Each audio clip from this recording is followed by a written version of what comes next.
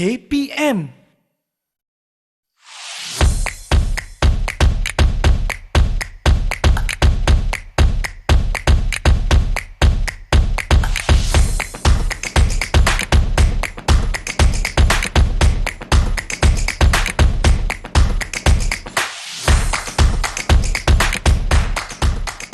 Assalamualaikum, salam sejahtera penonton Bina Upaya Guru di saluran Didik TV KPM. Anda bersama saya Nisa K. Sebuah lagi episod di mana kita suka nak berkongsi kepada anda semua tentang hala tuju atau kemajadian guru-guru di Malaysia. Tidak kiralah mereka ini guru-guru di bilik darjah ataupun golongan para pensyarah ataupun mereka yang terlibat di bahagian pentadbiran. Dan episod kali ini sangat-sangat istimewa kerana tajuknya program pengukuhan pendidikan bahasa Inggeris tidak kepada murid-murid tetapi kepada guru-guru, malah kepada pegawai-pegawai Kementerian Pendidikan Malaysia. Episod ini kita akan membincangkan berkaitan program pendidikan bahasa Inggeris untuk guru-guru bahasa Inggeris atau bukan bahasa Inggeris serta pegawai-pegawai KPM seperti yang saya sebutkan sebentar tadi, bagi meningkatkan pengetahuan mereka dan juga kemahiran bahasa Inggeris dalam aspek kompetensi bahasa atau pedagogi dalam pengajaran serta kegunaan teknologi dalam pengajaran bahasa Inggeris. Banyak yang kita nak bincangkan bersama-sama dan pastinya ada tetamu khas yang akan sama-sama dengan Nisa di sini pada hari ini.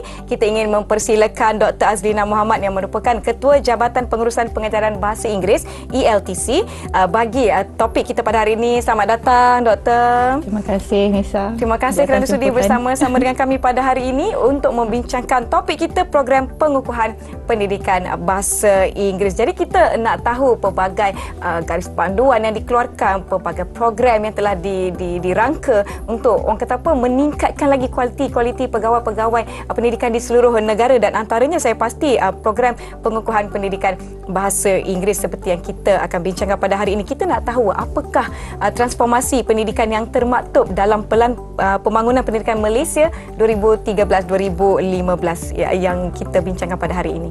Okey, terima kasih. Baik. Nisa, sama-sama. Di atas peluang yang diberikan. Baik, melihat kepada transformasi pendidikan yang termaktub dalam Pelan Pembangunan Pendidikan Malaysia 2013 ke 2025. Ya. Sebenarnya sebelum kita lihat pada transformasi itu, kita kena tahu kenapa adanya pelan ini. Jadi pelan pembangunan ini sebenarnya dihasilkan daripada kajian semula sistem pendidikan di Malaysia, dan dalam pelan ini dia menggariskan 3 objektif khusus, ya, yang mana pertamanya ialah untuk memahami prestasi dan cabaran semasa dengan memberi tumpuan kepada akses terhadap pendidikan, melihat kepada peningkatan standard, ya, kita nak merapatkan jurang pencapaian, memperkukuhkan perpaduan dalam kalangan murid dan juga untuk mengoptimumkan kecekapan sistem. Itu objektif yang pertama. Objektif yang kedua, sebenarnya pelan ini juga ingin mewujudkan visi dan aspirasi yang jelas, bukan saja kepada murid tetapi kepada sistem pendidikan secara keseluruhan untuk tempoh 13 tahun, 2013 hingga 2025 itu. Dan objektif yang ketiga ialah untuk menggariskan transformasi-transformasi yang perlu dilaksanakan untuk memastikan pendidikan itu dapat mencapai hasratnya. Ya, jadi dalam transformasi pendidikan ini dia telah senaraikan aspirasi, 2 jenis aspirasi. Yang pertamanya aspirasi kepada sistem pendidikan itu sendiri. Kita ada 5 aspirasi sistem pendidikan, iaitu akses, kualiti, ikuti, perpaduan dan kecekapan. Manakala untuk murid kita ada 6 aspirasi. Jadi untuk murid ni dia perlu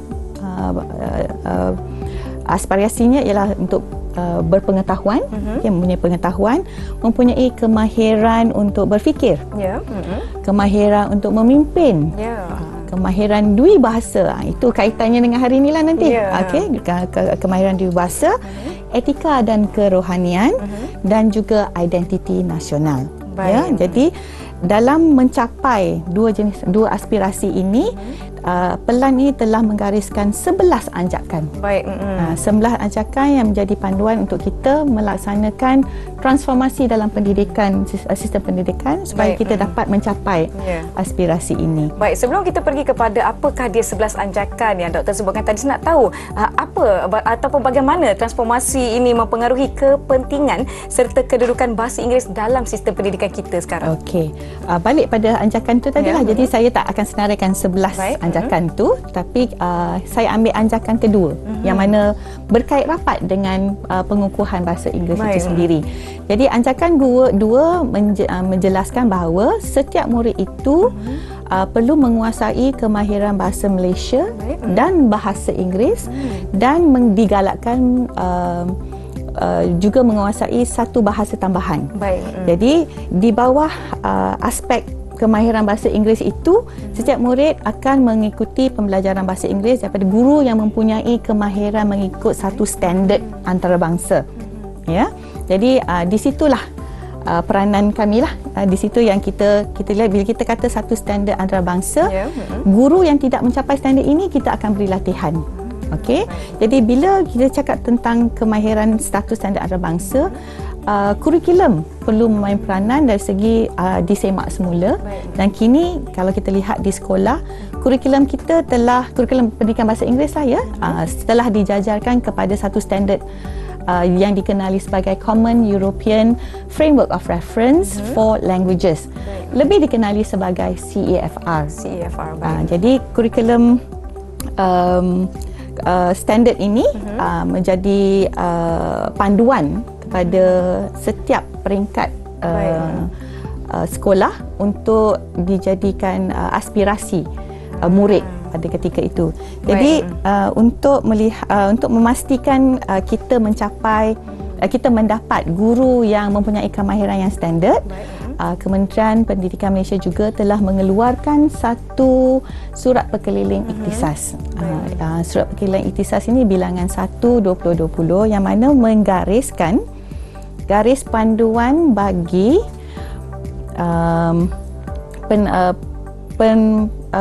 pegawai pendidikan pendidikan yang option bahasa Inggeris untuk mencapai tahap CFR C1. Baik, saya pasti banyak usaha-usaha yang dilakukan untuk kita sama-sama membantu pegawai perkhidmatan pendidikan di Malaysia yang mana jumlahnya bukan sedikit, mencecah ratusan ribu. Jadi pasti ada garis panduan ataupun cara-cara bagaimana mereka akan dibantu. Sebelum kita pergi dengan lebih lanjut berkaitan topik kita pada hari ini, jangan lupa kita nak rehat seketika dan jangan ke mana-mana. Kita akan kembali selepas ini di saluran Didik TV KPM.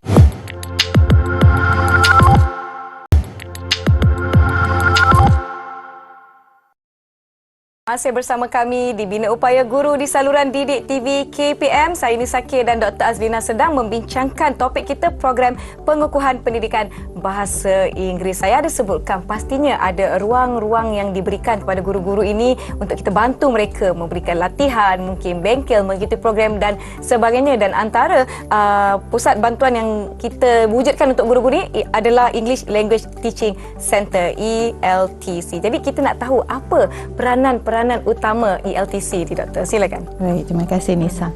Baik, Kementerian Pendidikan Malaysia melalui ELTC atau English Language Teaching Centre, sebenarnya kami adalah peneraju utama dalam penyediaan latihan kepada guru-guru bahasa Inggeris. Ya, jadi di ELTC ini kami menawarkan pelbagai latihan dari aspek bahasa, proficiency dari segi literasi pedagogi, penyelidikan dan juga pentaksiran, ya, antara aspek yang kami sediakan latihan. Jadi berkait dengan anjakan 2 tadi, salah satu program yang kami tawarkan sebenarnya adalah untuk meningkatkan proficiency guru. Jadi itulah. Baik, jadi itu antara fungsi dan juga peranan bagi ELTC. Saya sebenarnya nak tahu bagaimana ELTC ni memastikan hasrat yang termaktub dalam PPPM 2013 ke 2025 ini dan apa yang kita panggil sebagai the roadmap tercapai Ya, saya lupa nak sentuh the roadmap. The roadmap sebenarnya adalah kesinambungan daripada PPPM. Baik. Yang mana roadmap ini menggariskan dengan lebih terperinci garis masa dan juga perancangan untuk melaksanakan perubahan yang perlu dilakukan dalam usaha mengukuhkan dan meningkatkan bahasa Inggeris di dalam sistem pendidikan. Jadi di ELTC kami sebenarnya dalam usaha untuk meningkatkan kemahiran guru. Yang seperti yang saya sebutkan tadi kan, Nisa, kita nak memastikan guru itu berada di satu standard yang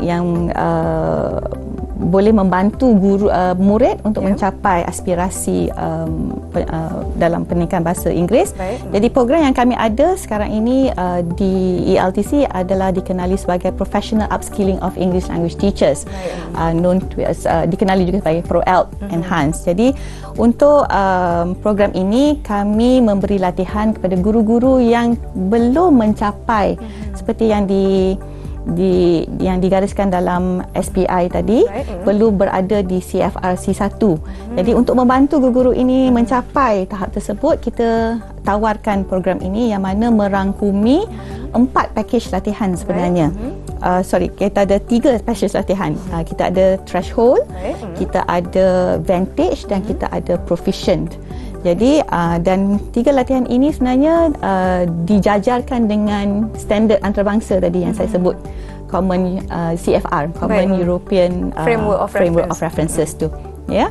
Jadi untuk sekarang ini kita menawarkan 3 package ini, dan package yang sekarang ini ditawarkan secara menyeluruh adalah package proficient. Ya, jadi package proficient ni ialah untuk meningkatkan tahap penguasaan guru daripada B2 ke C1. Jadi bila dia menyertai program ini, semua modul yang terkandung adalah untuk membantu mereka meningkatkan ke tahap C1 itu.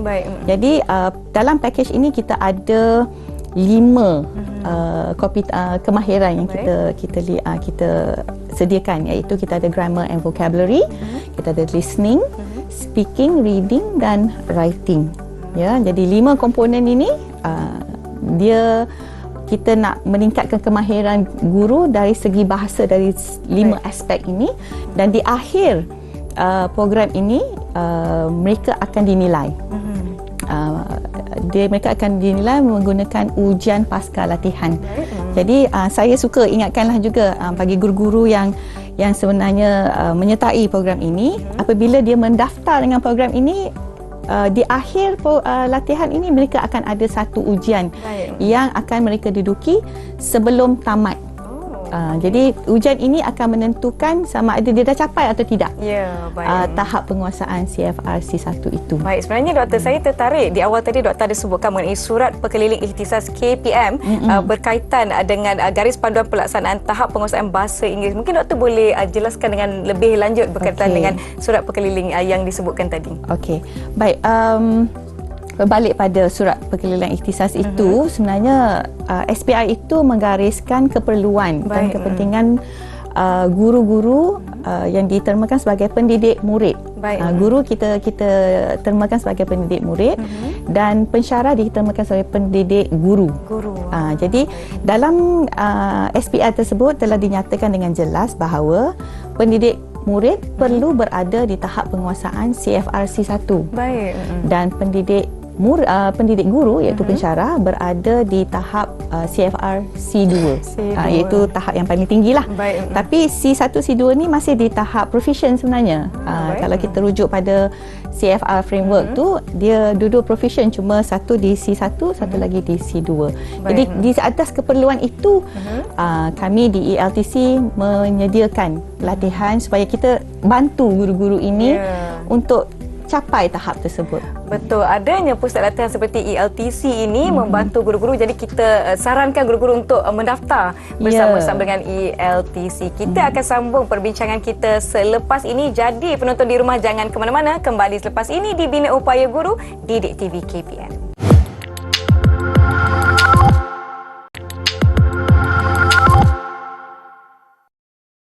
Terima kasih masih menonton Bina Upaya Guru di saluran didik TV KPM. Masih bersama saya Nisa K dan juga Dr. Azlina bagi topik kita hari ini, program pengukuhan pendidikan bahasa Inggeris. Seperti yang kita tahu, program ini dibuka, peluangnya terbuka kepada guru-guru option bahasa Inggeris. Bagaimana dengan peluang-peluang yang ditawarkan, yang disediakan buat guru-guru bukan option bahasa Inggeris untuk meningkatkan pengetahuan mereka? Mungkin ada yang rasa macam saya nak meningkatkan pengetahuan dan penguasaan saya dalam bahasa Inggeris. Bagaimana dengan guru bukan option bahasa Inggeris ni, Doktor?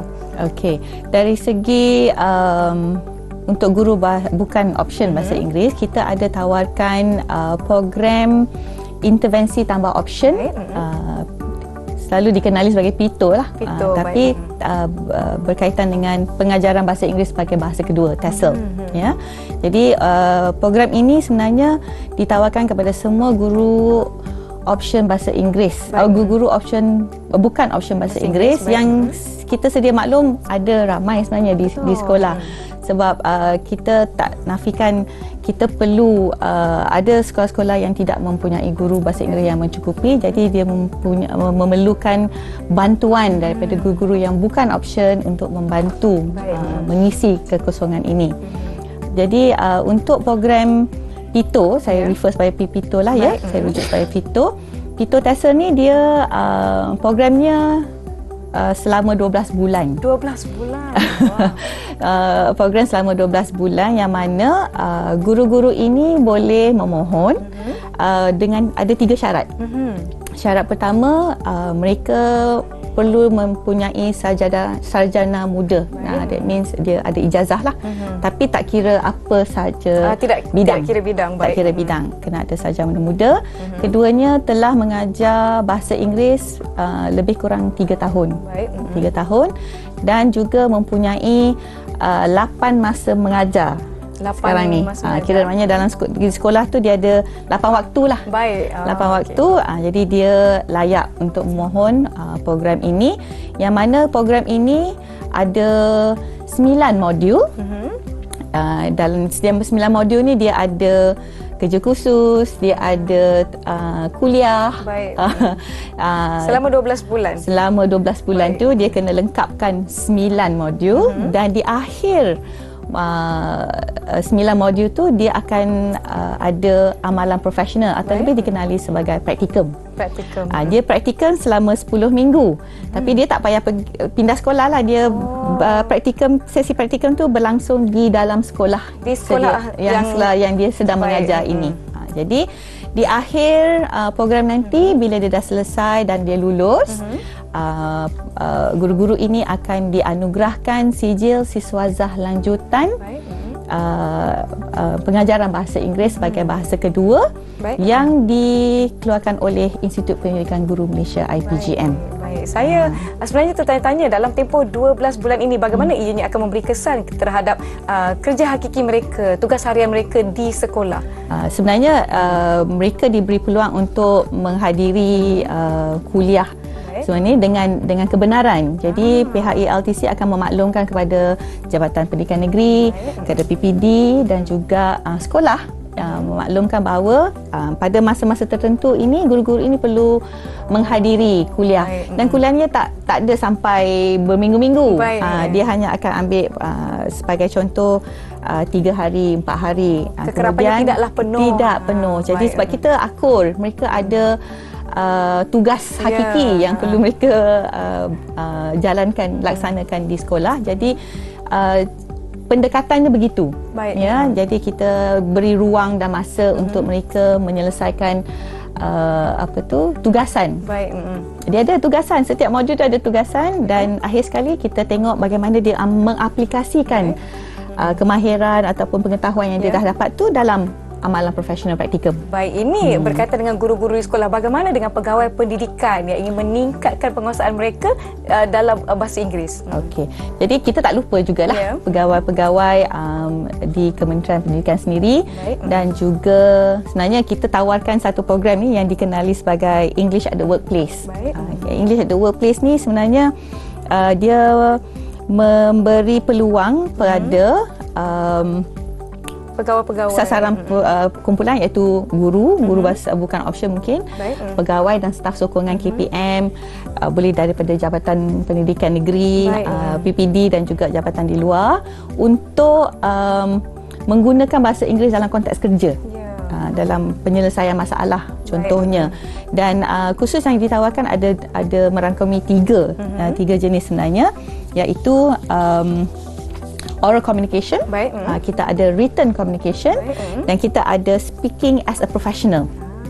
Jadi tiga aspek utama ni kita jelmakan dalam kursus. Ada 6 kursus di bawah tier 1 dan kita ada 4 kursus di bawah tier 2, ya. Jadi walau bagaimanapun English at the Workplace ni dia unik sikit.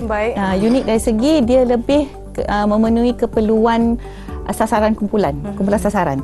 Maksudnya jika kumpulan itu memerlukan lebih fokus kepada aspek-aspek lain, ya. Jadi itu yang akan kita rangka maknanya dalam kursus lebih tersebut. Spesifik. Ya, buat lebih pada mereka. keperluan kumpulan itu sendiri. Jadi apa yang mereka rangkakan itu tidaklah tersasar daripada keperluan mereka. Baiklah, memandangkan waktu sebenarnya sangat-sangat cemburu dengan kita, Doktor. Sedikit harapan daripada Doktor kepada guru-guru di Malaysia yang mungkin berminat nak menyertai kursus ataupun program yang ditawarkan ini. Silakan. Baik, di kesempatan ini saya ingin menyeru kepada semua guru option bahasa Inggeris, juga bukan option bahasa Inggeris, untuk merebut peluang untuk menghadiri program latihan yang disediakan oleh English Language Teaching Centre bagi meningkatkan kemahiran kita sebagai seorang penjawat awam dan memastikan bahawa anak murid kita mendapat faedah daripada kursus professional development sebegini. Baik, bukanlah untuk kepentingan diri semata-mata, tetapi untuk kemenjadian murid kita, memberikan juga pulangan kepada sekolah itu sendiri. Baiklah, saya ucapkan terima kasih banyak-banyak kepada tetamu jemputan kita hari ini, Dr. Azlina Muhammad yang merupakan Ketua Jabatan Pengurusan Pengajaran Bahasa Inggeris ELTC yang bersama-sama dengan kita pada hari ini di Bina Upaya Guru. Semoga kita berjumpa lagi dan terima kasih penonton Didik TV KPM. Diharapkan anda mendapatkan input yang positif daripada episod kita pada hari ini. Saya Nisa K, semoga kita bertemu lagi. Assalamualaikum.